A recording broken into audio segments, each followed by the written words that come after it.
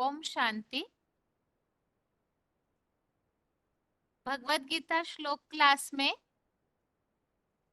आज का श्लोक है 12वें अध्याय का 11वां श्लोक, अध्याय 12 का श्लोक नंबर 11। श्लोक है अथैतदप्य शक्तोसि कर्तुम मद्योगमाश्रितः सर्वकर्म फल त्यागम ततः कुरु यतात्मवान। श्लोक दोबारा। अथैतदप्य शक्तोसि कर्तुम मद्योगमाश्रितः सर्वकर्म फल त्यागम ततः कुरु यतात्मवान। 12वें अध्याय का 11वां श्लोक एक बार फिर से। अथैतदप्य शक्तोसि कर्तुम मद्योगमाश्रितः सर्वकर्म फल त्यागम ततः कुरु यतात्मवान। श्लोक का संधि विच्छेद है अथ एतत् अपि अशक्तः असि कर्तुम मद्योगम आश्रितः सर्वकर्म फल त्यागम ततः कुरु यतात्मवान।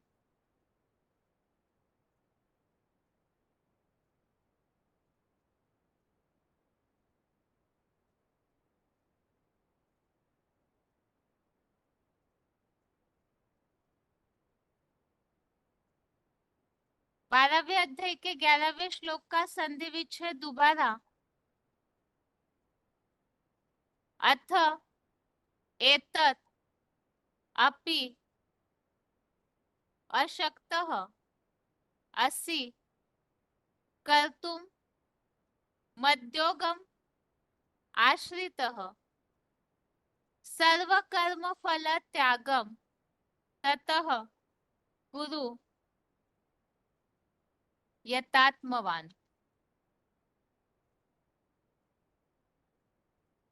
शब्दों के अर्थ है अथ अर्थात यदि, एतदपि इसमें दो शब्द है एतत् अपि। एतत् अर्थात इतना, अपि अर्थात भी। कर्तुम अशक्तः इसमें भी दो शब्द, कर्तुम अर्थात करने में, अशक्तः अर्थात अशक्त, असि अर्थात हो, ततः तो, मद्योगम अर्थात मुझसे जुड़े, आश्रितः शरण ले, यतात्मवान अर्थात अपने को वश करते हुए, सर्व कर्म फल त्यागम अर्थात सब कर्म फलों का त्याग, कुरु अर्थात कर दे। अध्याय 12 श्लोक नंबर 11 शब्दों के अर्थ। अथ अर्थात यदि, एतदपि इसमें दो शब्द है एतत् अपि। एतत् अर्थात इतना, अपि अर्थात भी। कर्तुम अशक्तः कर्तुम अर्थात करने में, अशक्तः अर्थात अशक्त, असि अर्थात हो, ततः अर्थात तो, मद्योगम अर्थात मुझसे जुड़े, आश्रितः शरण ले, यतात्मवान अर्थात अपने को वश करते हुए, सर्व कर्म फल त्यागम अर्थात सब कर्म फलों का त्याग, कुरु अर्थात कर दे।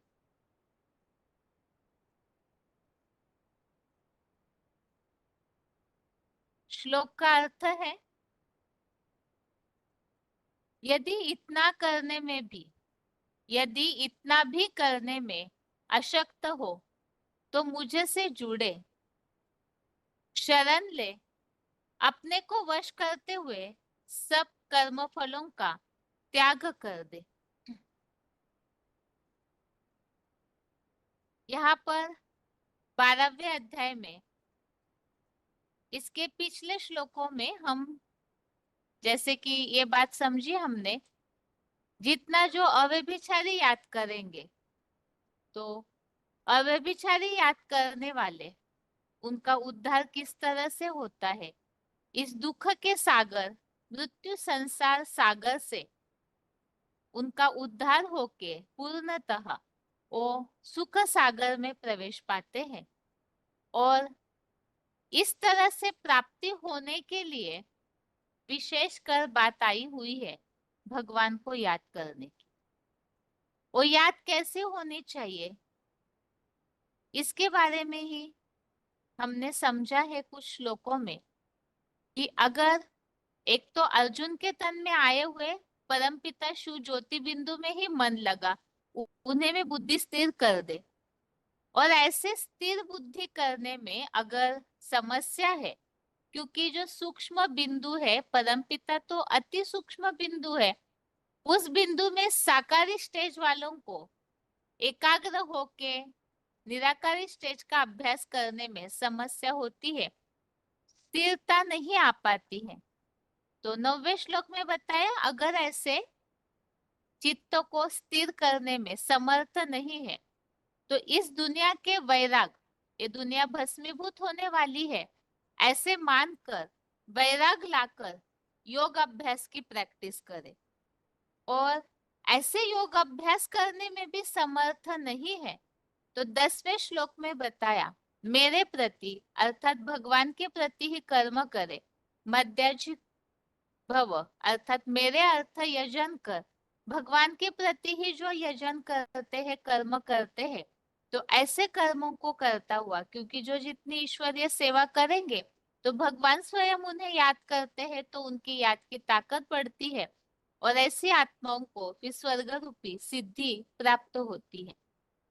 अब दो बातें बताई, एक तो मन बुद्धि को अव्यभिचारी रूप में, एक भगवान में ही साकार में निराकार को याद करने में ही स्थिर करे, ऐसे करने में समर्थ नहीं है तो इस दुनिया से वैराग लाए, क्योंकि वैराग आएगा तो जहां कहीं भी बुद्धि का भटकाव होता है वहां से निकल करके बुद्धि एक भगवान में ही टिकेगी। और वैसे अभ्यास करने में भी असमर्थ है तो बताया मेरे अर्थ ईश्वर अर्थ कर्म करे।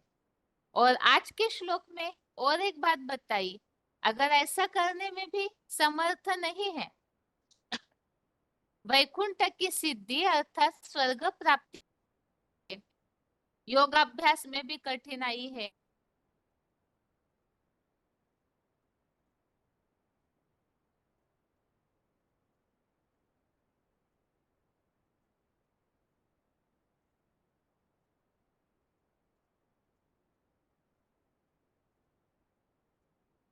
पा रहा है भगवान से जुड़ना ये करने पर भी, तो मेरे से ही जुड़े, मेरी ही शरण ले और अपने चित्त को वश करते हुए सब कर्म फलों का त्याग कर दे।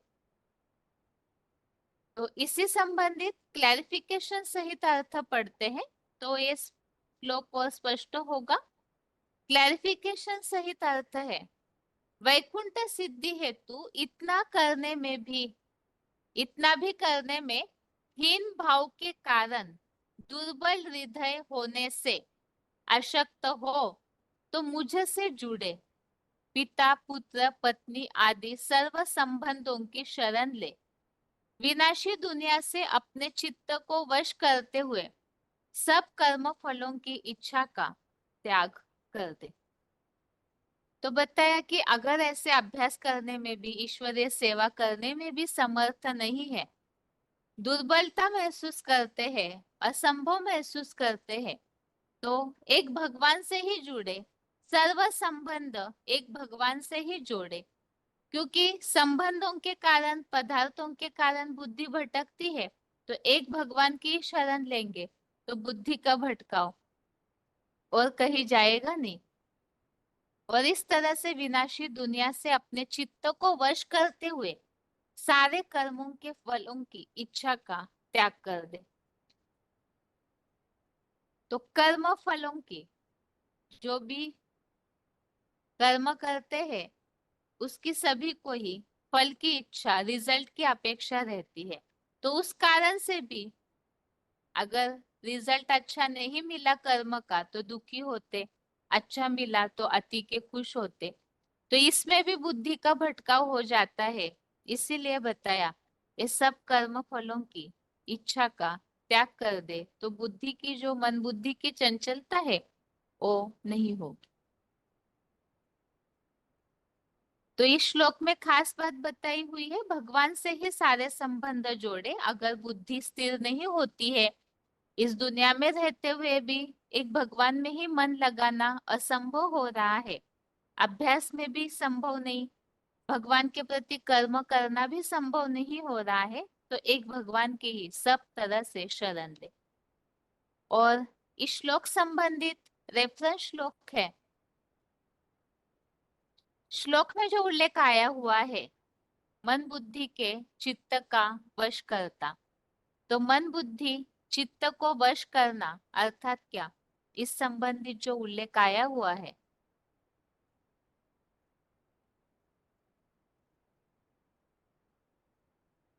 चौथे अध्याय का 21, अध्याय 4 का श्लोक नंबर 21 है, जिसमें मन बुद्धि रूप चित्त का वश करता और एकाग्र भावेन तन धन धाम से सब प्रकार के स्वामित्व का त्यागी। तो ऐसे जो रहने वाले हैं वो फिर निष्पाप बनने की बात आई। यहाँ उल्लेख हम श्लोक में समझ रहे हैं, भगवान से याद करने के लिए क्या करना है, तो मन बुद्धि रूपी चित्त को वश करना जरूरी है। आगे है,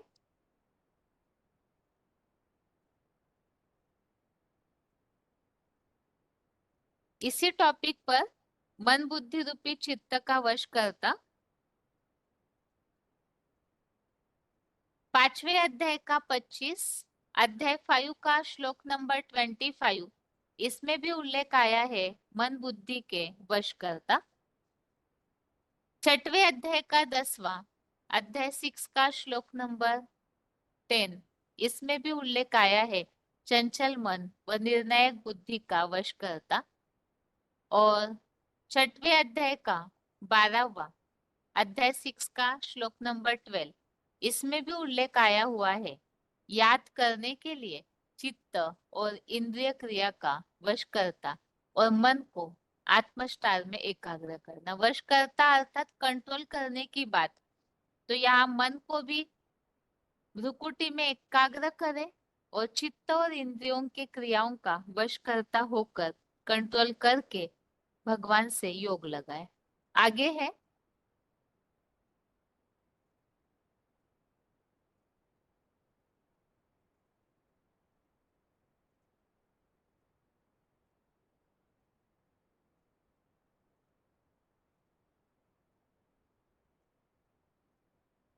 12वें अध्याय का 14वां श्लोक, अध्याय 12 का श्लोक नंबर 14, इसमें उल्लेख आया हुआ है चित्त का वश करता।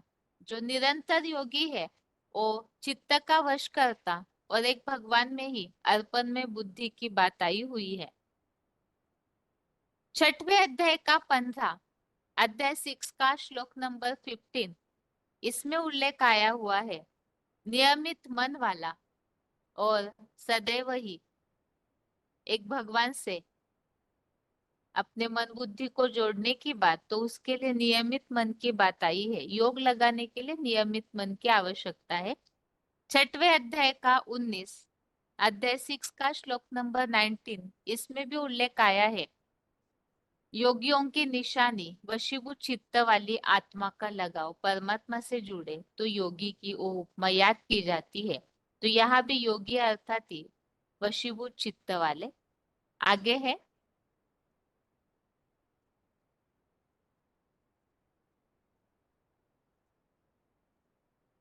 चित्त और मन बुद्धि का वश करता, छठवें अध्याय का 20, अध्याय 6 का श्लोक नंबर 20, नितांत वशीभूत चित्त से उपराम हो जाए और एक परमात्मा में अपनी मन बुद्धि को स्थिर करने की बात। छठवें अध्याय का 18वां, अध्याय 6 का श्लोक नंबर 18, इसमें भी उल्लेख आया हुआ है। संयमित चित्त ज्योति बिंदु आत्मा में ही भली भांति स्थिर हो जाता है। छठवें अध्याय का 36, अध्याय 6 का श्लोक नंबर 36, इसमें भी उल्लेख आया हुआ है। उपाय पूर्वक वशीभूत मन निरंतर वैराग्य और मामे कम की अव्यभिचारी याद से हाथ आ सकता है। तो यहाँ भी वशीभूत मन, मन और बुद्धि को वश करने की बात, कंट्रोल करने की बात। और 18वें अध्याय का 51, अध्याय 18 का श्लोक नंबर 51, इसमें भी उल्लेख आया है मन को वश करके। तो यहाँ भी भगवान को याद करने के लिए याद में मग्न व्यक्ति धैर्य पूर्वक बार बार याद के अभ्यास से अपने मन को वश में करके, ऐसा उल्लेख है। आगे है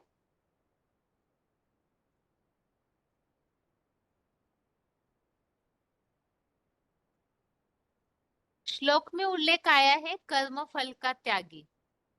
तो कर्म फल, कर्म से जो रिजल्ट मिलता है, जो फल मिलता है, उसका त्याग करना, अर्थात उसके बारे में न सोचना। इसके लिए ही चौथे अध्याय का 20वां, अध्याय 4 का श्लोक नंबर 20, त्यक्त्वा कर्म फला संगम नित्य तृप्तो निराश्रय, अर्थात एक भगवान के सिवाय अन्य किसी के भी आश्रयहीन और कर्म फल की आसक्ति को त्यागता हुआ जो संतुष्ट हुआ है। योगियों की ऐसी परिभाषा बताई है, कर्म फल की आसक्ति को त्यागने वाला। ऐसे ही पांचवें अध्याय का 12वां, अध्याय 5 का श्लोक नंबर 12, इसमें भी उल्लेख आया हुआ है नैष्ठिकीम, अर्थात कर्म फल के फल को त्याग कर निश्चल हुआ शांति को पाता है। 18वें अध्याय का दूसरा, अध्याय 18 का श्लोक नंबर 2, इसमें भी उल्लेख आया है सर्व कर्म फल त्यागम। तो यहाँ भी सभी कर्म फलों के त्याग करने की बात बताई हुई है। और 18वें अध्याय का 6वां, अध्याय 18 का श्लोक नंबर 6, इसमें भी कर्म फल के त्याग की बात आई है कि कर्मों को भी तन मन धन आदि की आसक्ति और कर्म फलों को, कर्म फल की इच्छा को त्यागना, ऐसे बात है। आगे है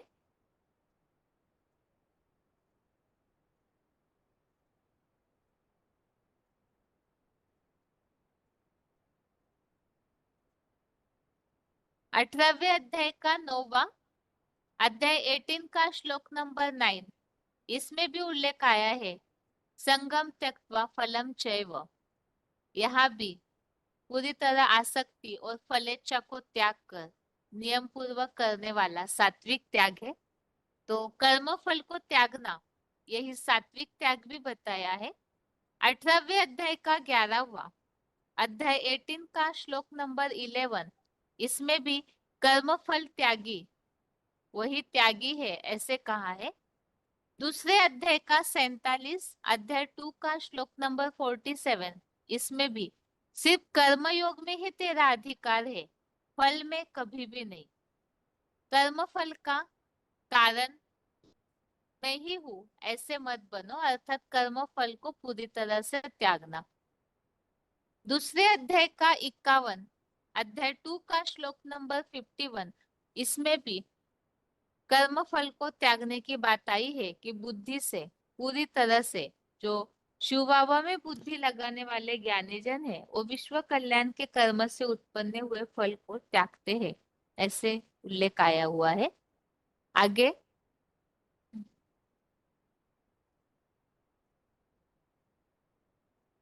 कर्म फल के त्याग के लिए छठवें अध्याय का पहला, अध्याय 6 का श्लोक नंबर 1, कर्म फल का आश्रय न लेकर करने योग्य कर्म करता है, और कर्म करते योगी भी ज्ञान योगाग्निहीन कर्म भोगी नहीं और निष्क्रिय भी नहीं है। तो ज्ञान योग अगर साथ में है और कर्म फल को त्यागते हैं तो वो निष्क्रिय नहीं कहा जा सकता। और श्लोक में एक उल्लेख और आया है, मेरी शरण ले। तो शरण के लिए 15वें अध्याय का चौथा अध्याय 15 का श्लोक नंबर 4, इसमें उल्लेख आया है, निश्चय ही उसी देव आदि नारीश्वर परम पुरुष हीरो पाठधारी की शरण लेनी चाहिए जिससे यह पुरानी प्रक्रिया प्रसारित हुई है।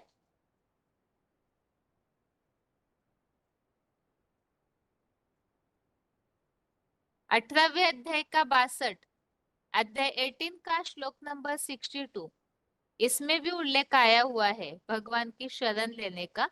जगत पिता को जानकर पूर्ण भाव से उस लिंग मूर्ति की शरण में चला जा, उसकी प्रसन्नता से परम शांति चिरकालीन परम पद को प्राप्त करेगा। तो ये आज के श्लोक के साथ हमने रेफरेंस श्लोक समझे हैं। अभी आगे है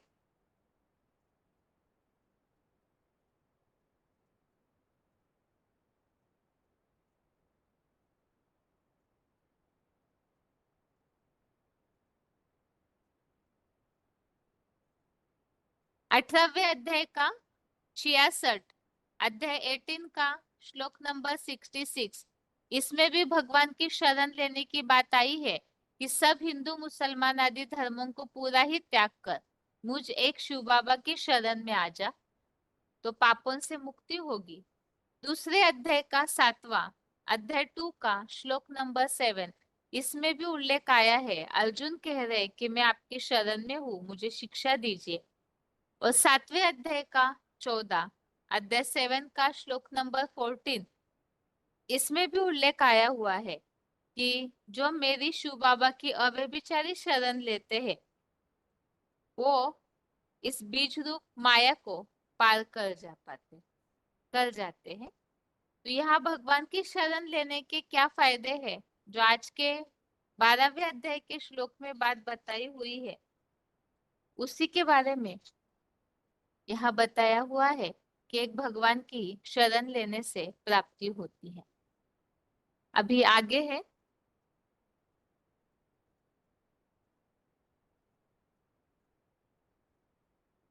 श्लोक का उच्चारण।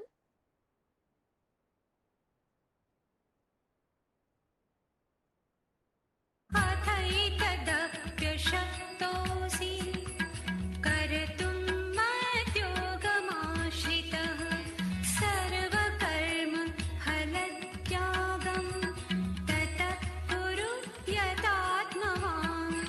वैकुंठ सिद्धि हेतु यदि इतना भी करने में हीन भाव के कारण दुर्बल हृदय होने से अशक्त हो तो मुझसे जुड़े पिता पुत्र पत्नी आदि सर्व संबंधों की शरण ले। विनाशी दुनिया से अपने चित्त को वश करते हुए सब कर्म फलों की इच्छा का त्याग कर दे। अथैतदप्यशक्तोऽसि कर्तुं मद्योगमाश्रितः सर्वकर्म फलत्यागं ततः कुरु यतात्मवान्। वैकुंठ सिद्धि हेतु यदि इतना भी करने में हीन भाव के कारण दुर्बल हृदय होने से अशक्त हो तो मुझसे जुड़े पिता पुत्र पत्नी आदि सर्व संबंधों की शरण ले। विनाशी दुनिया से अपने चित्त को वश करते हुए सब कर्म फलों की इच्छा का त्याग कर दे। अभी आगे है इसी श्लोक संबंधित पॉइंट है, भगवान से जुड़े सर्व संबंधों की शरण ले। Selected point number 112, selected point number 112।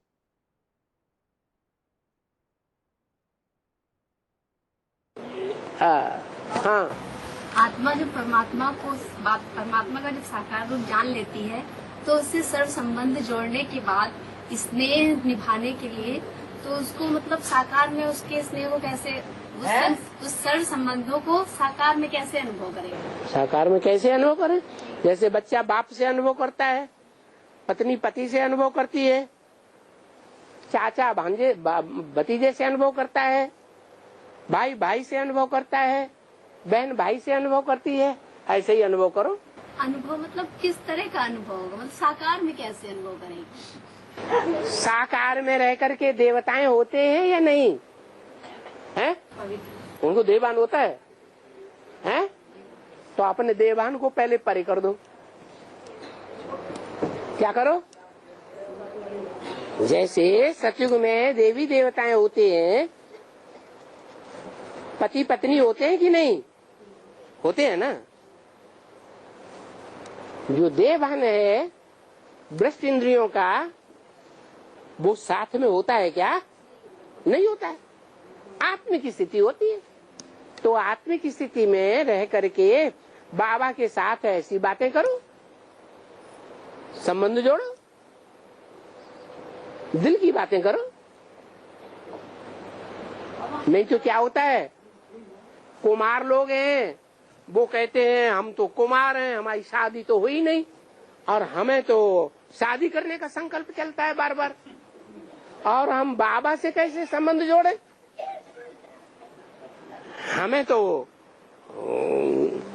हम तो साजन बनना चाहते हैं, शिव बाबा हमारी सजन ही बने। तो शिव बाबा कहते हैं पहले तुम आत्मा बनो। क्या बनो? आत्मा बनो। जब आत्मिक स्थिति में रहेंगे तो जो देहवान है आसुरी दुनिया का, वो आएगा नहीं? आएगा। तो बाबा से संबंध क्यों नहीं जन्म जन्मांतर का जोड़ सकते? बाबा से जो संबंध जोड़ेंगे वो यहाँ के लिए जोड़ेंगे या भविष्य के लिए जोड़ेंगे? भविष्य 21 जन्मों के लिए जोड़ना है। 21 जन्म के आधार पर 63 जन्मों का भी बनता है। अगला पॉइंट है selected point number 113। Selected point number 113, भगवान से जुड़े सर्व संबंधों की शरण ले। संबंध जुड़ेगा तब ही तो अनुभूति होगी। जैसे पति पत्नी का संबंध है, जो पति पत्नी का संबंध है उसकी अनुभूति अलग होती है या भाई बहन बाप बेटी जैसी होती है? अलग होती है। उसके लिए इंद्रियों का जो प्यार है वो अलग है या भाई बहन बाप बेटी जैसा है? अलग है, अलग है ना। तो वो अनुभूति है इंद्रियों की अलग अलग। सर्व संपन्नों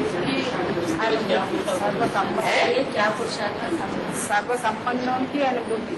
हाँ, सर्व संबंधों की संबंध अलग अलग होते हैं कि एक ही जैसे होते हैं? तो संबंधों की अनुभूति भी अलग अलग होती है। संबंधों से जो कनेक्टेड इंद्रियां हैं वो भी अलग अलग हैं। कैसे पुरुषार्थ करना है? कैसे पुरुषार्थ करना है? तो बाप हमारा दोस्त नहीं है, खुदा हमारा दोस्त है या नहीं? तो दोस्त का सहयोग देना चाहिए कि नहीं है? जो पक्के दोस्त होंगे वो जी जान लड़ा करके दोस्त को साथ बनाएंगे, साथी बनाएंगे या नहीं बनाएंगे? तो समझ लो हम ऐसे दोस्त बने हैं कि सारी दुनिया की कुछ भी परवाह न करें, हम अपने दोस्त के साथ दोस्ती निभाएंगे। जैसे शास्त्रों में दिखाया है, कृष्ण ने सुदामा के साथ दोस्ती निभाई, गरीबी भी निभाई, या जब राजा बन गया तब भी निभाई है। हाँ, ऐसी दोस्ती निभाएं। कोई भी संबंध हो उसको निभाने की बात है। जैसे बाप के संबंध में आज्ञाकारी, शिव हमारा बाप है तो हम आज्ञाकारी बच्चे बने हैं। जैसी जैसी आज्ञाएं वो मुरली में दे रहा है, श्रीमत दे रहा है, उन आज्ञाओं का मैं फॉलो करता हूँ। करता हूं या नहीं करता हूं? अगर नहीं करता हूं तो मैं पक्का बच्चा नहीं हूं आज्ञाकारी। बच्चा वो जो बाप की आज्ञा को माने। ब्रह्मा बाबा के 2 बच्चे थे। ब्रह्मा बाबा उन बच्चों को अपना बच्चा नहीं माना। क्यों नहीं माना? क्योंकि वो अवज्ञाकारी थे, बाप की आज्ञा को फॉलो ही नहीं किया। तो बाप के संबंध में आज्ञाकारी हो, पत्नी के संबंध में वफादार हो, टीचर के संबंध में ईमानदार हो। जो पढ़ाई पढ़ाई उस पढ़ाई को पूरा ध्यान से पढ़ना, ईमानदारी से पंक्चुअल और रेगुलर रहना। तो टीचर और शिष्य का, स्टूडेंट का संबंध है, गुरु का और चेले का संबंध। उसमें फरमान बरदार, जो गुरु का फरमान हुआ, जी हुजूर, ना करने का सवाल ही नहीं।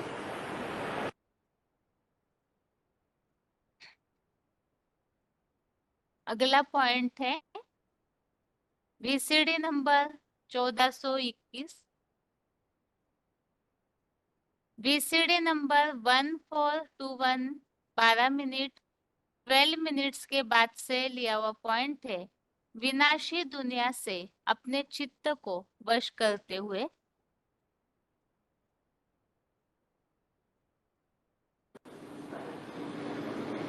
परंतु तुम बच्चों को तो निश्चय है कि ये दुनिया गई कि गई।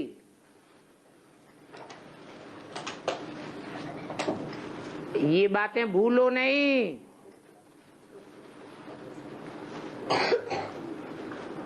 अगर ये बात भूल जाएगी तो क्या नुकसान होगा? है इस दुनिया से वैराग नहीं आवेगा, और वैराग ही नहीं आवेगा तो संगम युग की जो प्राप्ति है वो प्राप्ति नहीं कर सकेंगे। इसलिए हर समय बुद्धि में ये रहना चाहिए कि ये दुनिया गई के गई।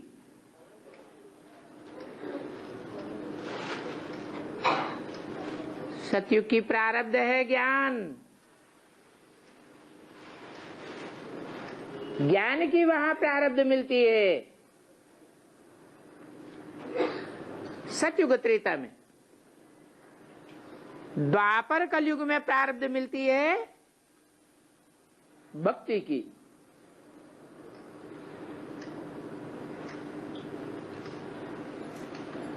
और संगम युग में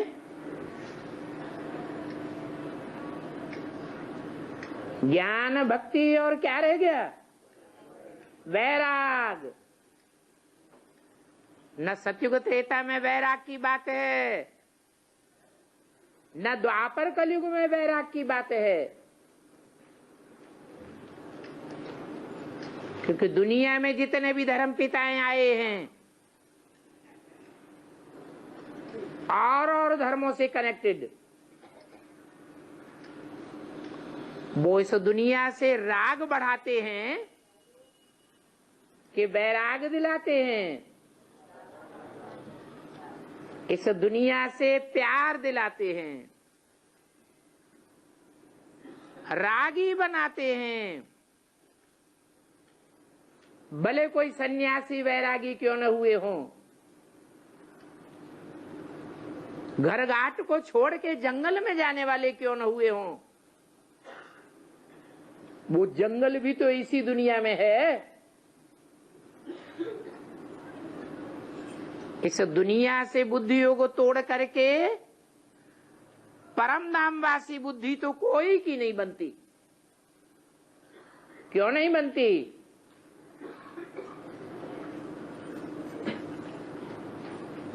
क्योंकि एक तो आत्मा के स्वरूप को नहीं जानते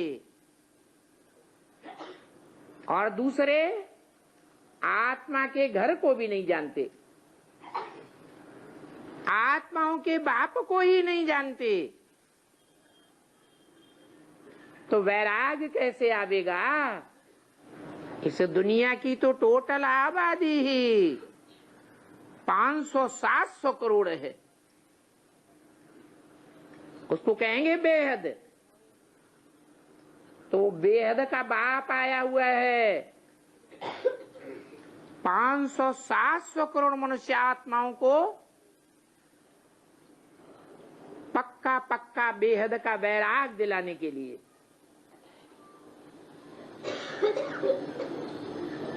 तो ये बात भूलो मत। क्या बात?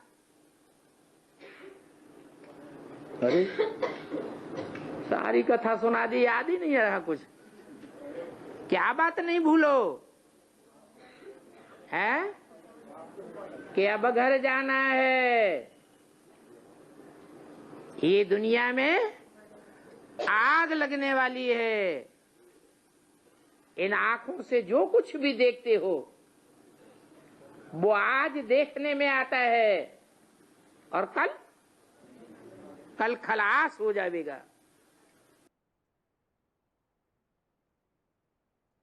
अगला पॉइंट है selected point number 24, selected point number 24, सब कर्म फलों की इच्छा का त्याग कर दे।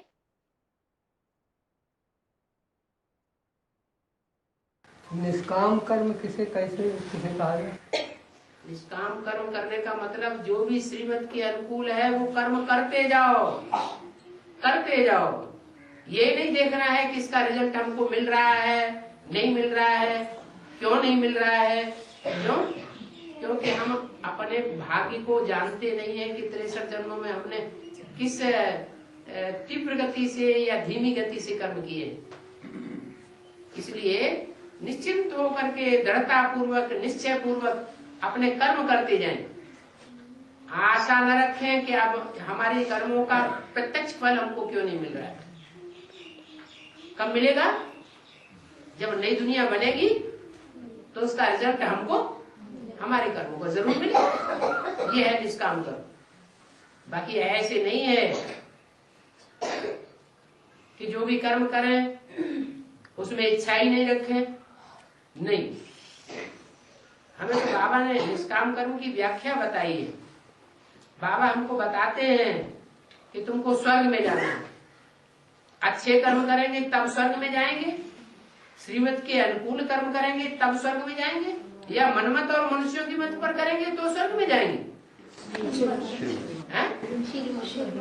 श्रीमत पर अगर हम कर्म करेंगे श्रेष्ठ से श्रेष्ठ जो पाठधारी इस संसार में प्रैक्टिकल में आया हुआ है उसके अनुसार जैसे कहे वैसे कर्म करेंगे तो हम जरूर स्वर्ग में जाएंगे।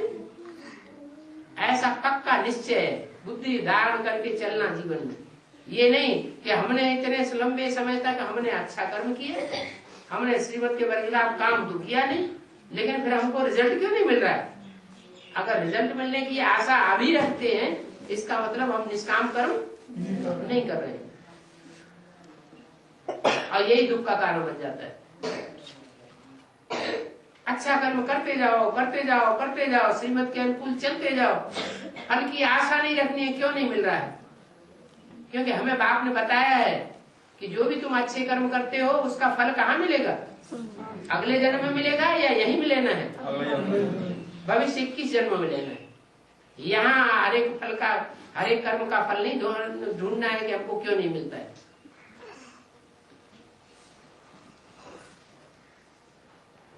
ये भी कर्मों की बुरी गति में एक बात आती है। कोई इस बात में बहुत ज्यादा मुझ रहे हैं, बहुत परेशान हो रहे हैं।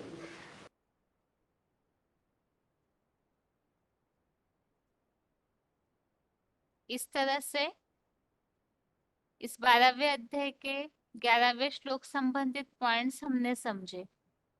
एक तो सब तरह से सर्व संबंधों से संबंध एक भगवान से जोड़ करके एक भगवान के शरण ले, तो उससे भी याद की जो गति है, मन एकाग्र करना, एक भगवान में ही मन स्थिर करना, तो उसमें आसानी होगी। और साथ में बताया सारे कर्म फलों की इच्छा का त्याग कर दे, तो श्रीमत अनुसार कर्म करते जाए, फल की कोई भी प्रकार की इच्छा न रखे, निष्काम कर्म जिसे कहा हुआ है। ये आज के श्लोक का अर्थ है। अभी आगे है रिवीजन।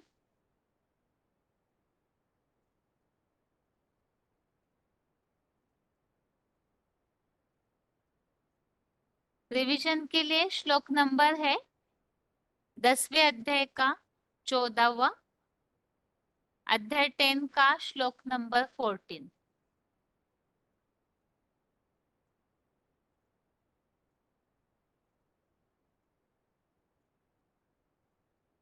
दसवें अध्याय में हम यहाँ बातों को समझ रहे थे विभूतियों संबंधित।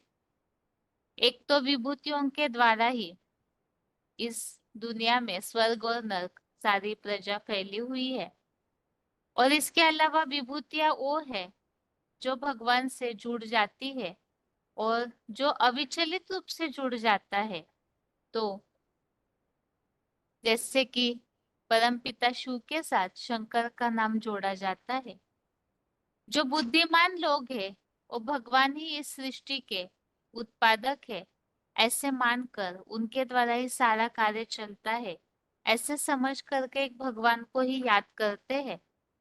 एक भगवान में ही पूरी तरह जो मन लगाने वाले हैं, वो अतीन्द्रिय सुख की अनुभूति करते हैं, और ऐसे जो प्रीतिपूर्वक याद करने वाले हैं, उन्हें फिर भगवान से बुद्धियोग मिलता है, ताकत मिलती है। और ऐसे प्रीतिपूर्वक याद करने वालों का ही अज्ञान का अंधकार नष्ट करने के लिए इस सृष्टि पर ज्ञान का दीपक अर्थात ध्रुव तारा, जो सदैव आत्मिक स्थिति में स्थित, वो ज्ञान का दीपक भगवान देते हैं, जिसके द्वारा सारी सृष्टि का उद्धार शुरू होता है। और इसी के लिए आगे श्लोकों में बताया भगवान की महिमा, जिस तन द्वारा परम पिता कार्य करते हैं, तो उसी के द्वारा वो परम ब्रह्म है, परम धाम है, शाश्वत दिव्य पुरुष है, आदि अनादि देव भी है।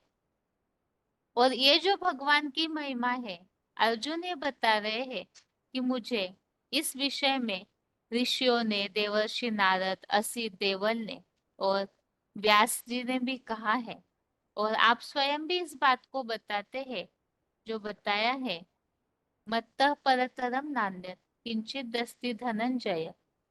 एक भगवान ही है जो सर्वोपरि श्रेष्ठ सत्ता है। अभी भगवान के इस स्वरूप का वर्णन जो यहाँ पे हमने समझा है, इससे संबंधित अगले श्लोक में बताया है, जो आज के रिवीजन का 14वां श्लोक है।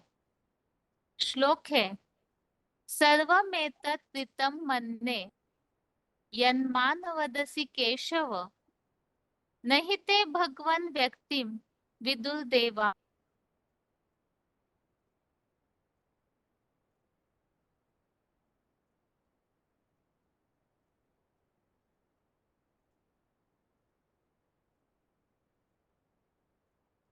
दानवः अर्थात हे ब्रह्मा और विष्णु के शासक शिव बाबा, जो मुझे कहते हो यह सब कुछ सत्य मानता हूँ, क्योंकि हे भगवान, आपके हर चतुर्युगी के आदि में हीरो पार्टधारी बने व्यक्त और अव्यक्त मूर्ति महादेव भाव को न देवताएं और न दानव जानते हैं।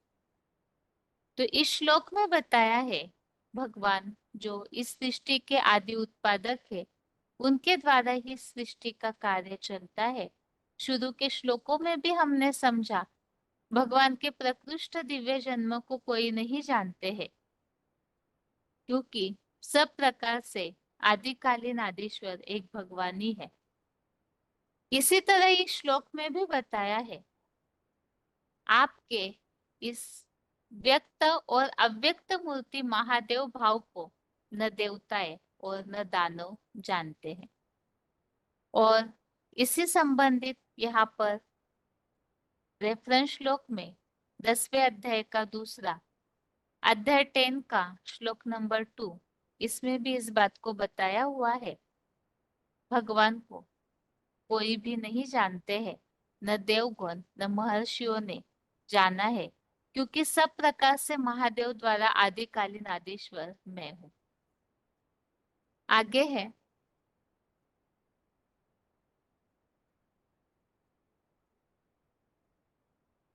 7वें अध्याय का 13वां अध्याय 7 का श्लोक नंबर 13। इस श्लोक में भी बताया है भगवान को कोई नहीं जानते हैं, मुझ अविनाशी को कोई भी नहीं जानता है। 7वें अध्याय का 25 अध्याय 7 का श्लोक नंबर 25, इसमें भी इस बात का उल्लेख है, योग माया से ढका हुआ मैं सब मानवीय आत्माओं के लिए प्रकट नहीं हूँ। तो यह मूर्ख बना संसार अजन्मा अविनाशी शिव समान बने बाबा विश्वनाथ को नहीं जान पाता। 7वें अध्याय का 26 अध्याय 7 का श्लोक नंबर 26, इसमें भी उल्लेख है, मुझ निराकारी प्लस साकारी अव्यक्त मूर्ति हीरो महादेव को कोई नहीं जानता है। आगे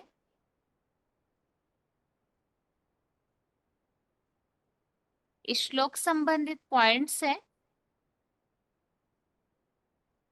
श्लोक में बताया है भगवान को कोई भी नहीं जानते हैं।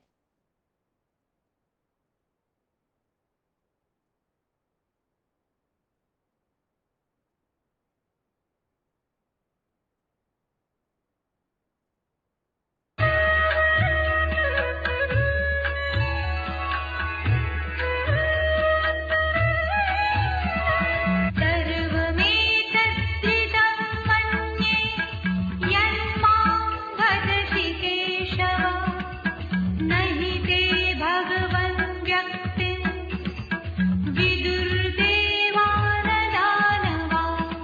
केशव यत माम वत्सि, हे ब्रह्मा के शासक, जो मुझे कहते हो, एतत् सर्वम ऋतम मन्ये, यह सब सत्य मानता हूँ, ही भगवन ते व्यक्तिम, क्योंकि है भगवन आपके व्यक्त भाव को न देवाः न दानवाः विदुः, न देवताएं और न दानव जानते हैं। केशव यत माम वत्सि एतत् सर्वम ऋतम मन्ये, ही भगवन ते व्यक्तिम न देवाः न दानवाः विदुः। भावार्थ, हे ब्रह्मा और विष्णु के शासक शिव बाबा, जो मुझे कहते हो यह सब कुछ सत्य मानता हूँ, क्योंकि है भगवन आपके हर चतुर्युगी के आदि में हीरो पाटधारी बने व्यक्त और अव्यक्त मूर्ति महादेव भाव को न देवताएं और न दानव जानते हैं। एक आत्मा है। श्लोक में पॉइंट आया हुआ है हीरो पाटधारी, VCD नंबर 2367 2367 18 मिनट के बाद से लिया हुआ पॉइंट। एक आत्मा है।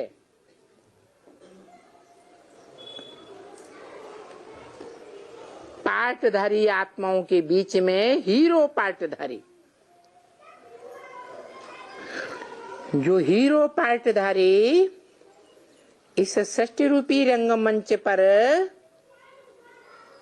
चारों सीन में, यह संगम को मिला के कहो 5 सीन में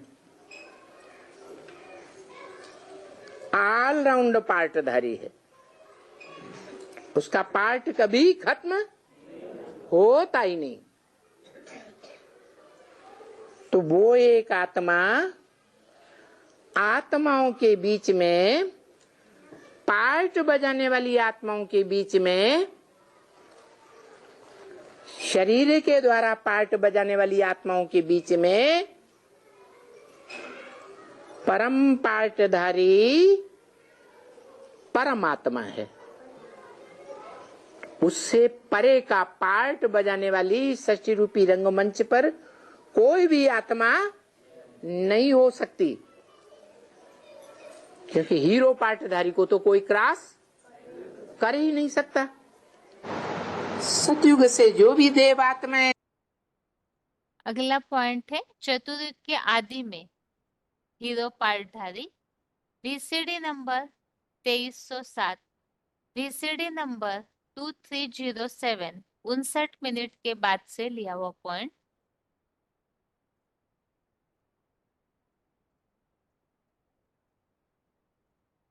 सतयुग से जो भी देव आत्माएं त्रेता के अंत तक 16 कला या 14 कला का संपूर्ण सुख भोगती हैं, वो नीचे गिरती हैं या नहीं गिरती हैं? कलाएं उतरती हैं ना। परंतु जो ऊंचे ते ऊंचा करतार गाया हुआ है, ऊंचा तेरा धाम, ऊंचा तेरा काम, ऊंचा तेरा नाम, वो ऊंचे ते ऊंचा भगवंत ऐसा सुख देता है जो सुख छीन ही नहीं होता।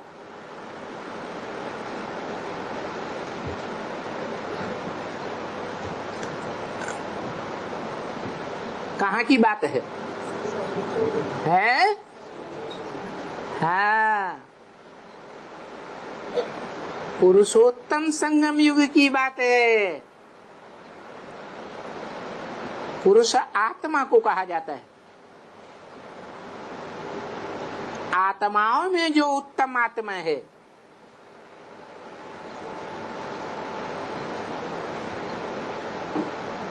उत्तम ऊंचे से ऊंची पार्ट बजाने वाली हीरो पार्टधारी आत्मा है, जो पुरुषोत्तम संगम युग पर ही डिक्लेयर होती है। वो पुरुषोत्तम युग कलयुग के अंत में और ठेठ सतयुग के आदि में है। तो अकाल मूर्त का मतलब क्या हुआ?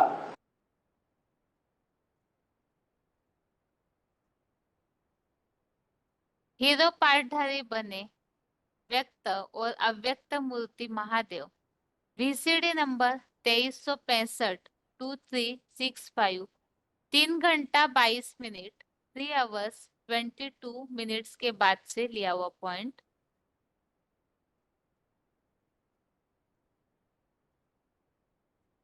अकाल मूर्त का मतलब क्या हुआ? ऐसी मूर्ति, अकाल मूर्त माने ऐसी मूर्ति जिसको काल खा नहीं सकता, वो मूर्ति शिव के मंदिर में दिखाई गई है। अमूर्त, इसलिए गीता में कहा अव्यक्त मूर्त नाम। अव्यक्त क्यों कहा? आंखों से देखने में तो आता है शिवलिंग है, आता है, लेकिन जो बड़ा रूप लिंग है देह की यादगार, उसमें इंद्रियां देखने में नहीं आती। इंद्रियां है, हाथ पांव नाक आंख कान है, क्यों नहीं दिखाए? क्योंकि वो आत्मा जिसकी यादगार है शिवलिंग, वो आत्मा ऐसी स्टेज में टिक जाती है। हीरो पार्टधारी, जिस हीरे की यादगार सोमनाथ मंदिर में पत्थर में दिखाई गई, वो हीरा मनुष्य सृष्टि के बाप की यादगार है। मनुष्य सृष्टि में मनुष्य आत्मा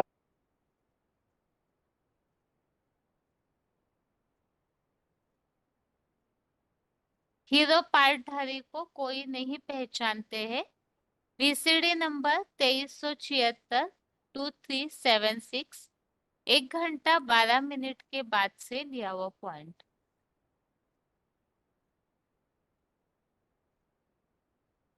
में मनुष्य आत्माओं के बीच बड़ा भाई हिंदू हो, मुसलमान हो, सिख हो, ईसाई हो, कोई भी मनुष्य मात्र हो, सबका बाप, सभी मनुष्यों का बाप, जिसे मुसलमानों में आदम कहते हैं, क्रिश्चियंस में एडम कहते हैं, आदि पुरुष,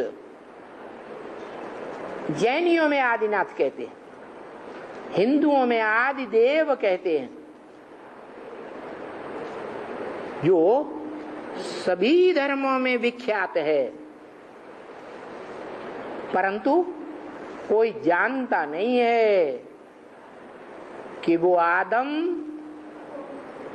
वो आदिदेव, वो एडम इस षष्ठी रूपी रंगमंच का हीरो है। हीरो रंगमंच के सभी सीन में हीरो पार्टधारी होता है, या कोई सीन में हीरो पार्ट नहीं बजाता? हीरो पार्टधारी है, लेकिन कोई जानता नहीं है। सतयुग में ओ गॉड। अगला पॉइंट है, देवताएं भगवान को नहीं पहचानते हैं।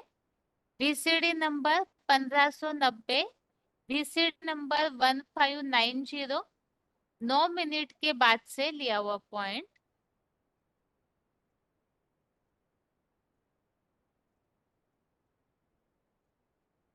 सतयुग में ओ गॉड फादर कहेंगे, ओ परमपिता परमात्मा, क्यों नहीं कहेंगे? हैं? हैं?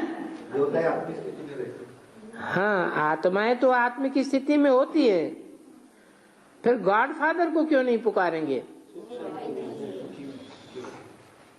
सतयुग में जब दैवी जीवात्माएं हैं, वो जानती हैं कि हमारा गॉड फादर है। ये पहचान उनको होगी? नहीं होगी। तो वहां वो गॉड फादर नहीं कहते हैं।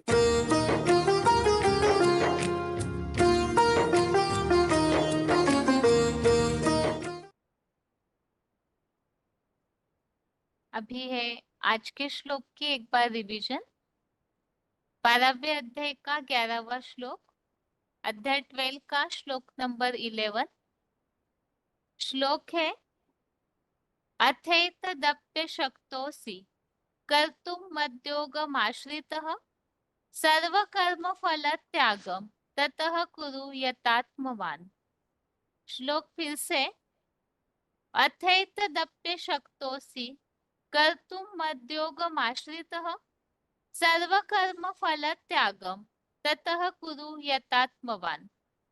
अर्थात वैकुंठ सिद्धि हेतु यदि इतना भी करने में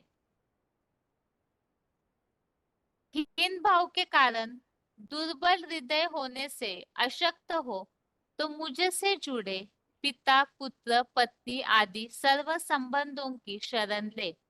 विनाशी दुनिया से अपने चित्त को वश करते हुए सब कर्म फलों की इच्छा का त्याग कर दे। तो श्लोक में हम टॉपिक समझ रहे हैं, भगवान को याद करने के विषय में। पूरी तरह एक भगवान में ही मन बुद्धि को स्थिर करना है।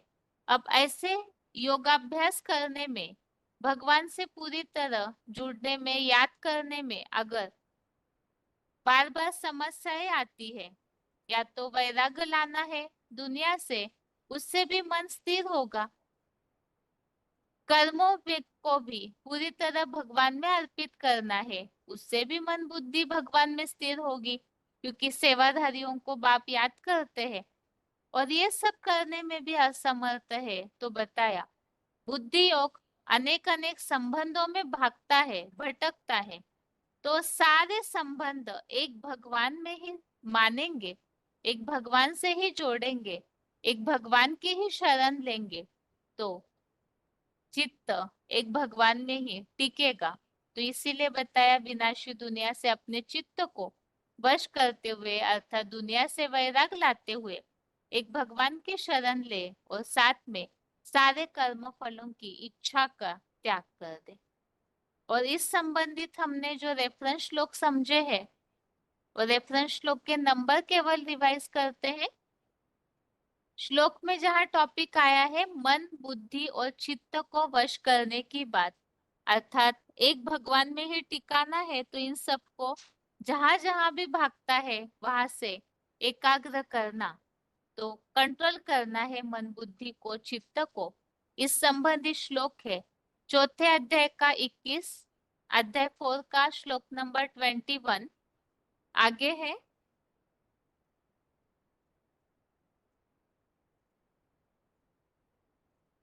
पांचवे अध्याय का 25, अध्याय 5 का श्लोक नंबर 25, छठवें अध्याय का 10वां, अध्याय 6 का श्लोक नंबर 10, छठवें अध्याय का 12वां, अध्याय 6 का श्लोक नंबर 12। इन सब श्लोकों में मन बुद्धि को पूरी तरह कंट्रोल करके एक भगवान से योग लगाने की बात आई हुई है। आगे है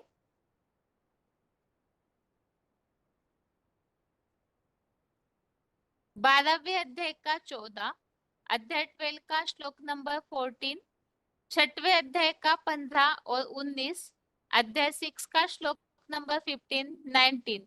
इसमें भी मन बुद्धि को पूरी तरह से कंट्रोल करके योग लगाना, यही योगियों की निशानी बताई हुई है। आगे है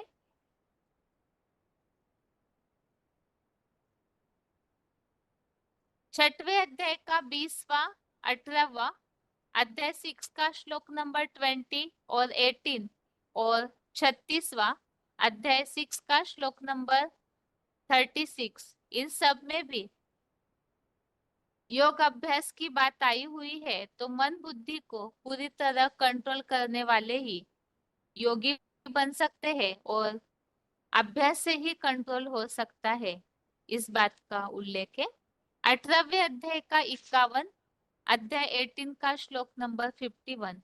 इसमें भी इसी बात का उल्लेख आया है। आगे है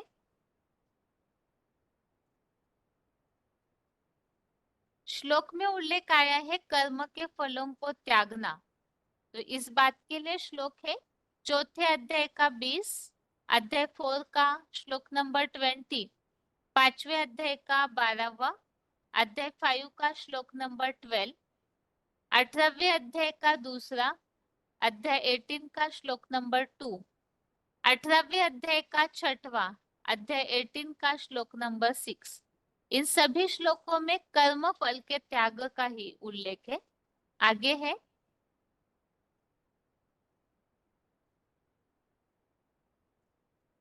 18वें अध्याय का 9वां और 11वां, अध्याय 18 का श्लोक नंबर 9, श्लोक नंबर 11।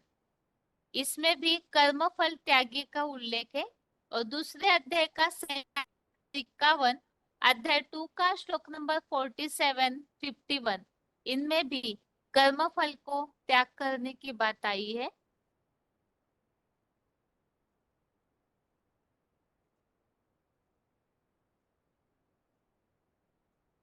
आगे है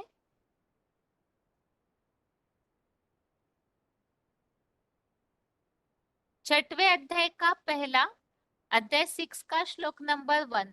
इसमें भी उल्लेख आया है कि जो कर्म फल का आश्रय न लेकर करने योग्य कर्म करता है, तो वो निष्क्रिय नहीं कहा जाएगा, कर्म योगी है। और श्लोक में उल्लेख आया है मेरी शरण ले, अर्थात भगवान की शरण में जाने की बात। और कहीं से भी अगर बुद्धि योग नहीं जोड़ पाते हैं, तो सब संबंधों से एक भगवान की ही शरण लेने के लिए बताया है। इस बात के लिए 15वें अध्याय का चौथा, अध्याय 15 का श्लोक नंबर 4, इसमें उल्लेख है परम पुरुष हीरो पाठधारी की ही शरण लेनी चाहिए। 18वें अध्याय का 62, अध्याय 18 का श्लोक नंबर 62। आगे है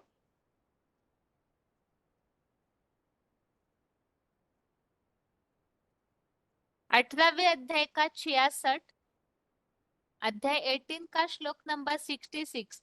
इसमें उल्लेख आया है भगवान की शरण लेने से मोक्ष मुक्ति की पापों से मुक्त हो जाते हैं। और दूसरे अध्याय का 7वां अध्याय 2 का श्लोक नंबर 7, इसमें भी शरण की बात का उल्लेख आया हुआ है श्रीमत के लिए। और 7वें अध्याय का 14 अध्याय 7 का श्लोक नंबर 14, इसमें भी उल्लेख आया है जो अव्यभिचारी याद द्वारा भगवान की शरण लेते हैं तो माया को भी पार कर जाते हैं। तो ये है आज के 12वें अध्याय के 11वें श्लोक संबंधित रेफरेंस श्लोक। और श्लोक में हमने मुख्य बात समझी है, कहीं से भी योग अभ्यास में कठिनाई हो रही है, कर्म भी भगवान के प्रति किया, दुनिया से वैराग भी लाया, अव्यभिचारी रूप से चित्त को स्थिर करने के लिए प्रयास भी किया, फिर भी अगर योग अभ्यास में असमर्थ है, संभव नहीं हो रहा है मन बुद्धि का एकाग्र होना, तो उसके लिए उपाय बताया हुआ है। सर्व संबंधों से भगवान की ही शरण लेनी चाहिए और साथ में कर्म फल का त्याग करना चाहिए। और 10वें अध्याय में जो रिवीजन वाला श्लोक है उसमें हमने समझा है कि भगवान को कोई भी नहीं जानते हैं और भगवान को न जानना अर्थात जिस तन द्वारा भगवान कार्य करते हैं तो वो हीरो पाठधारी अव्यक्त मूर्ति, उनका जो भाव है उस निराकारी स्टेज को कोई भी नहीं जान पाते हैं। इसके लिए ही आज के ये दोनों श्लोकों को सार में अर्थ हमने समझा। और अभी आज के लिए गीता क्लास यहाँ ही पूरा करते हैं। ओम शांति।